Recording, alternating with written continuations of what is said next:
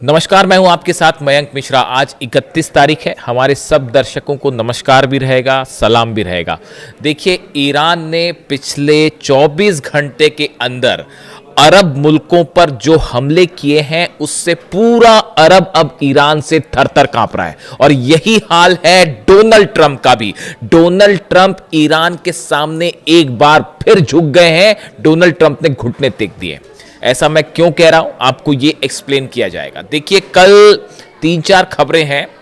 पहले जॉर्डन की बात करते हैं। कल जब जॉर्डन पर स्ट्राइक हुई सुबह, ईरान की तरफ से जब पलटवार किया गया, तभी मैंने आपको कहा था कि जॉर्डन के बेसिस पर एक बार फिर बड़ा नुकसान हो गया है।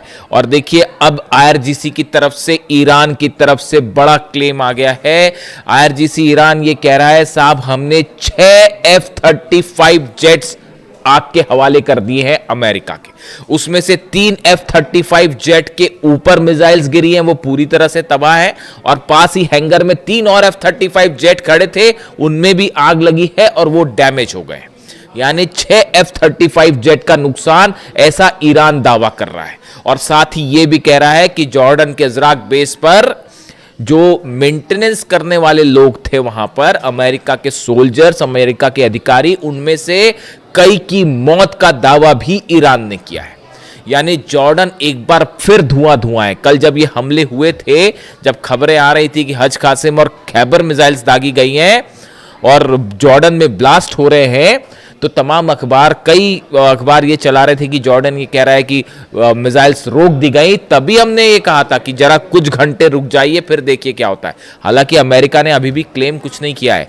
ये बात हुई जॉर्डन की। अभी मैं सऊदी पे आ रहा हूं। अभी पहले जो सीधे हमले हुए थे, जरा उनकी बात कर ली जाए। इसके अलावा बहरीन चलते हैं। Iran claims is stuck a key US military base in Bahrain, home to the US Navy's 5th fleet. Tehran says its Arsh drone force targeted Sheikh Isa airbase under the latest phase of operation thunder, calling it the retaliation for recent American air strikes.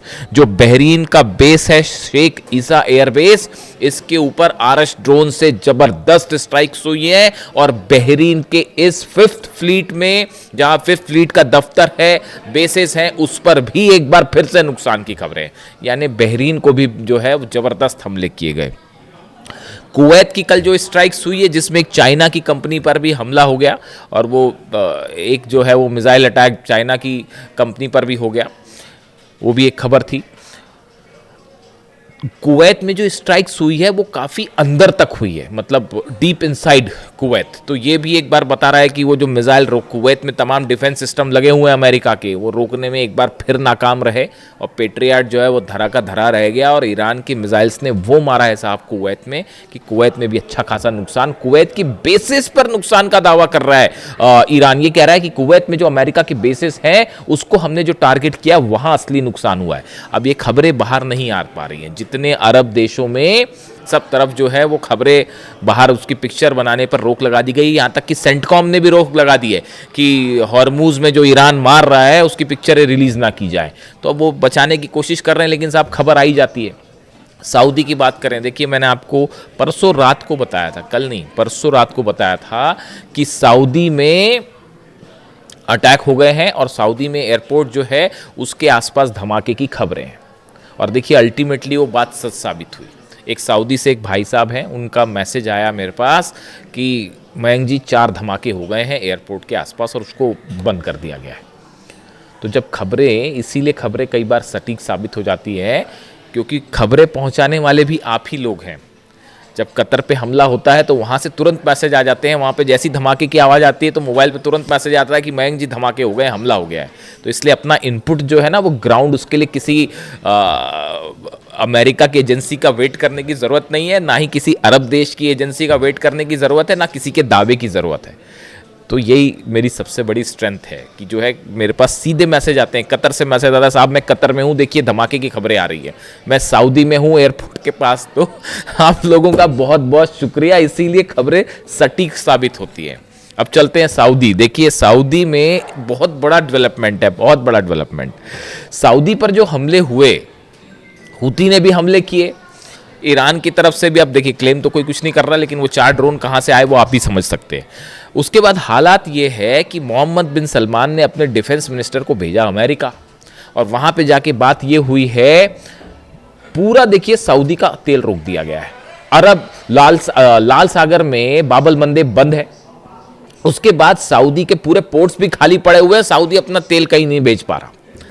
अब वो मोहम्मद बिन सलमान इस डर में है, इस खौफ में है, बताया जा रहा है सऊदी अरब इस खौफ में है कि कहीं हम किसी लंबी लड़ाई में ना फंस जाएं। लंबी लड़ाई में फंसने का मतलब है जब अमेरिका को धो धो के पीट रहा है ईरान, तो इनका क्या होगा जरा अंदाज लगाइए। तो मोहम्मद बिन सलमान की तरफ से एक नया प्रस्ताव आ गया है कि मुस्लिम और अरब देशों के और तमाम दुनिया के मुल्क मिलकर एक फोर्स बनाए जो कि समंदर में जहाज़ों की, ऑयल टैंकर्स की रक्षा करेंगी। अब 14 मुस्लिम देश जिसके लिए राजी भी हो गए, वो तमाम देश हैं, उसमें जॉर्डन भी है, कुवैत भी है और इजिप्ट भी है, तमाम देश, सऊदी है, तमाम 14 देश जो है उसके लिए राज़ी हो गए। अमेरिका भी उस पर शामिल हो गया और भी शायद कुछ शामिल हो जाएं। तो अब ये 14 देशों की एक फोर्स मिलेगी जो मिल के लाल सागर में टैंकर की रक्षा करेगी, और अभी प्लान लाल सागर तक का, फिर अल्टीमेटली वो हॉर्मुज भी आ जाएगा। यानी आप प्लान देख रहे हो अमेरिका का कि इन मुस्लिम, देखिए प्लान बड़ा एक सूत्री चल रहा है। अगर आप पिछले 7-8 दिन के डेवलपमेंट देखें, सऊदी की जंग में एंट्री हो जाना, उसके बाद जो है वो धीरे से मामले को इस तरह से रुख देना कि जो है मुस्लिम देशों को एकजुट करने की कोशिश है, असल में ये ईरान के खिलाफ जो कहानी है वो ये। देखिए ये बात साफ है कि अमेरिका अकेले मिलके तो ईरान का कुछ नहीं बिगाड़ सकता, और बहुत ही मुंह की खा रहा है अमेरिका। ये जो F-35 जलने के दावे हैं, सोल्जर्स मरने के दावे हैं, यानी आप इससे बड़ी अमेरिका की हार कोई नहीं हो सकती। और डोनाल्ड ट्रंप का विरोध अमेरिका में खुद शुरू हो गया कि आप कर क्या रहे हो, विदेश नीति में आप कुछ नहीं कर पाए, अब्बास अराक्ची अकेले ठोक रहे हैं साहब। बताइए, सब पूरी रिजिम जो है वो हमले कर करके आपने इन पे हमला, उन पे हमला, अब्बास अराक्ची अकेले भारी पड़ रहे हैं सब पे, और मुस्तफा खामेनी और वो जो है वो अपनी पॉलिसी पे जो है वो भारी पड़ रहे हैं, झुकने को तैयार नहीं, झुकने का कोई सवाल ही नहीं है। और अहमद वाहिदी साहब की जो रणनीति है उस पर चल के अब ईरान भारी पड़ गया है सब पर। यानी आप देखिए, कोशिश हो रही कि 14 देशों को, मुस्लिम देशों को और बाकी भी जो इसमें शामिल हो जाएं, उनको ईरान के खिलाफ कर दिया जाए और एक ऐसा रुख रख लिया जाए कि सब एकजुट हैं ईरान के खिलाफ। इजराइल को भी उसमें शामिल कर लीजिए। उसके बाद भी पूरा अरब एक तरफ है, अमेरिका साथ में है, इजराइल साथ में है, यूरोपीय देश शामिल हैं, सब मिलके भी ईरान का कुछ नहीं बिगाड़ पा रहे और ईरान भारी पड़ रहा है। जिस स्तर पर देख लीजिए आप, जॉर्डन पिट रहा है, कुवैत पिट रहा है, बहरीन पिट रहा है, इराक में जो अमेरिकन बेसिस हैं वो तबाह है, सऊदी पर हमले हैं, यूएई पे भी बीच बीच में जो है स्ट्राइक हो जाती है, वो अलग हमले दे रहा है। ये सब अरब देश मिलके ईरान का कुछ नहीं बिगाड़ पा रहे। ईरान अकेला इन सब अरब मुल्कों पर भारी पड़ रहा है साहब। और हकीकत ये, कल मेरे पास ईरान से एक मैसेज आया, ईरान के एक भाई साहब का कल मेरे पास मैसेज आया, बोले ये सऊदी ने जो करबला के ज़ायरीन पर हमला किया ना मयंक भाई, इसको लेकर इतना गुस्सा है, ये माफ नहीं करेगा ईरान कभी इसको लेकर। इमाम हुसैन साहब जो है आदर्श हैं करोड़ों लोगों के और बेहद सम्मानीय, उनके दर्शनों को जो ज़ायरीन जा रहे हैं, इमाम हुसैन साहब की दरगाह पर जो दर्शनों के लिए जा रहे हैं, उन पर सऊदी मिसाइल मारता है, उस पर एयरजेट से हमले होते हैं कि आपको पता नहीं था आप किस पर हमले कर रहे हो। इसको लेकर भयंकर गुस्सा है साहब। हिंदुस्तान में गुस्सा है, मैं हिंदुस्तान में बात कर रहा हूं, लोग गुस्से से जो है उबल रहे हैं कि आपको इतनी शर्म नहीं थी कि आपने जो है वहां के ज़ायरीन पर हमला कर दिया। और लेकिन आप देखिए इसका एक एस्पेक्ट ये भी है, कभी कभी तो मुझे ये भी लगता है कि खुदा की मर्जी ही ईरान की जीत है। किसी ने सोचा था आज से 5 महीने पहले जब अली खामेनी साहब की शहादत हुई थी, मुझे बताइए हिंदुस्तान क्या दुनिया में सिर्फ एक हम ही थे दीवाने जो ये कह रहे थे साहब कि ईरान को नहीं हरा पाओगे, और अल्टीमेटली 5 महीने बाद पूरा अरब घुटनों पे खड़ा है, ट्रंप घुटनों पे खड़े हैं, इजराइल घुटनों पे खड़ा है। दावा सच साबित हुआ ना, वो इसीलिए साबित हुआ कि ईरान का डीएनए क्या है वो हम समझ पा रहे थे। पिछले 2 साल से जो मैं वीडियो बना रहा था कि आप तमाम टेक्नोलॉजी ले आई, कुछ नहीं फर्क पड़ता उससे। इमाम हुसैन का हौसला, खामेनी का हौसला जहाँ पे होना, उसको क्या हराओगे यार। वहाँ बच्चा बच्चा इमाम हुसैन है, बच्चा बच्चा खामेनी है। पूरे अरब आ जाए, पूरी फोर्स लगा लो, ये 14 की 14 फोर्स, देखिए ये साजिश है, ये हॉर्मुज की साजिश है। बाबल मंदेब छोड़ दीजिए, अमेरिका कोई चिंता नहीं है सऊदी की, हकीकत ये अमेरिका को किसी की कोई चिंता नहीं है। तमाम एक्सपर्ट से कहते हैं उनका अपना बिजनेस है, अपना फायदा है। फर्स्ट तो सऊदी घुस गया साहब, फर्स्ट तो सऊदी गया है। जो अमेरिका के कहने पे वो हमले कर दिए वहाँ, जो प्लेन उतर रहा था ईरान का, वो हमले क्यों हुए?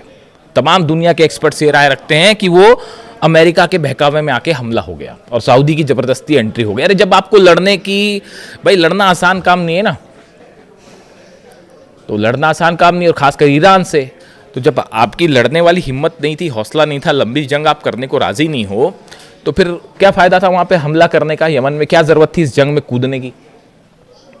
आप देख लो हाल क्या है। और वो भी अभी भी जो है ईरान, देखिए अभी भी वो जॉर्डन के लोगों का शुक्रिया अदा कर रहा है, वो अभी भी कुवैत में लोगों का शुक्रिया अदा कर रहा है। और ईरान ये कह रहा है भाई हमारी जॉर्डन के लोगों से कोई दुश्मनी नहीं है, ना कुवैत के लोगों से दुश्मनी है, ना बहरीन के लोगों से दुश्मनी है, ना सऊदी के लोगों से दुश्मनी है। दुश्मनी है अमेरिका की फोर्सेस से, जिनको आपने अपने बेसिस दे रखे हैं। अभी तो हमले ईरान ने किए ही नहीं किसी सार्वजनिक स्थल पे। आप बताइए, कल जो केशम आइलैंड पर हमले हुए, बंदर अब्बास पे हमले हुए, पब्लिक प्रॉपर्टीज पर हमले हुए, आम लोगों को मारा गया वहां पर। ईरान ने मारा आम लोगों को? नहीं मारा। यूएस बेसिस को निशाना बनाया गया है सब जगह। और अगर वो खुले हमें हमला करने लगे तो फिर क्या होगा? फिर देखिए क्या होगा, बचा पाओगे? तो अब हालात ये है कि अरब चल रहा है, ट्रंप जो है वो, उनको समझ नहीं आ रहा है क्या किया जाए। अब एक नया खेल शुरू हो गया है। आप देखिए खबरों में आज, अखबारों का रुख देखिए, वो हमास को डिसआर्म करेंगे और गजा में डील होने वाली है। ये एक नया तरीका था, ये एक नया तरीका है कि जो फोकस इस तरफ से हट जाए कि अरब जो है वो पिट रहा है, ट्रंप जो है वो हार रहे हैं और बुरी तरह से अमेरिका के बेसिस को नुकसान हो रहा है। अभी फोकस इसी तरफ रहता। कल रात को हमला क्यों नहीं किया अमेरिका ने? इसीलिए हमला नहीं किया, फिर मारेगा वो, फिर खबरें चलेंगी सब तरफ। डोनाल्ड ट्रंप का इलेक्शन तो खतरे में साहब, वो तो मेरे मुताबिक तो खतरे में। अब पता नहीं अब आपकी क्या राय है और लोगों की क्या राय है।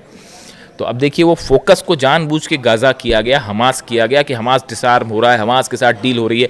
तो अचानक से मीडिया हमास गया। भैया जॉर्डन में जो ठोका उसका इन्वेस्टिगेशन क्यों नहीं करते? बहरीन में जो ठोका उसका इन्वेस्टिगेशन करिए, कुवैत में जो ठोका उसका इन्वेस्टिगेशन करिए। मोहम्मद बिन सलमान और सऊदी क्यों कह रहे हैं कि भैया बचाओ बचाओ, ईरान से बचाओ, एस्केलेशन मत करो? हकीकत ये है। तो ऐसा है, अब मिडिल ईस्ट का ही नहीं पूरे रीजन का नया किंग है ईरान। आप मानो चाहे ना मानो। और बड़े सारे भाई बंधु मुझे कह रहे थे कि 3 दिन में हार जाएगा ईरान, 4 दिन में हार जाएगा। अब तो ख़त्म हो गया, हंसी उड़ाई जा रही थी 28 फरवरी के बाद से। अब आप देख लीजिए अब क्या हालात है। और अभी शुरू हुआ है मामला। अभी अब आगे आके देखो होता है क्या। गजा में आपको क्या लगता है डील हो जाएगी? ऐसी आसानी से डील हो जाएगी? कल इजराइल के जो है आर्मी चीफ कह रहे हैं कि हम जो है लेबनान से बाहर नहीं आएंगे। क्या मतलब इस बात का?